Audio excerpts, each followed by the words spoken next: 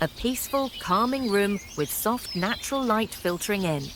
The monk and the student sit across from each other.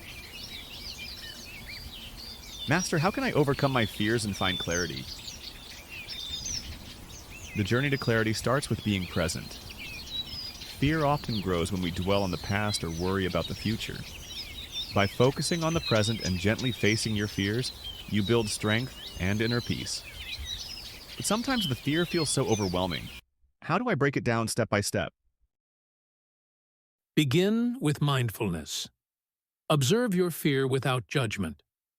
Take deep breaths and acknowledge the fear's presence. Over time, as you gently confront it, you'll find that it loses its grip. What if I stumble along the way? How do I stay motivated? Be gentle with yourself. Progress is a journey, not a race. Celebrate small victories, and remember that every step forward is a step toward clarity. Thank you, Master. I feel more at peace already. You're welcome. Remember, the path to inner peace is continuous. Keep your heart open and your mind present.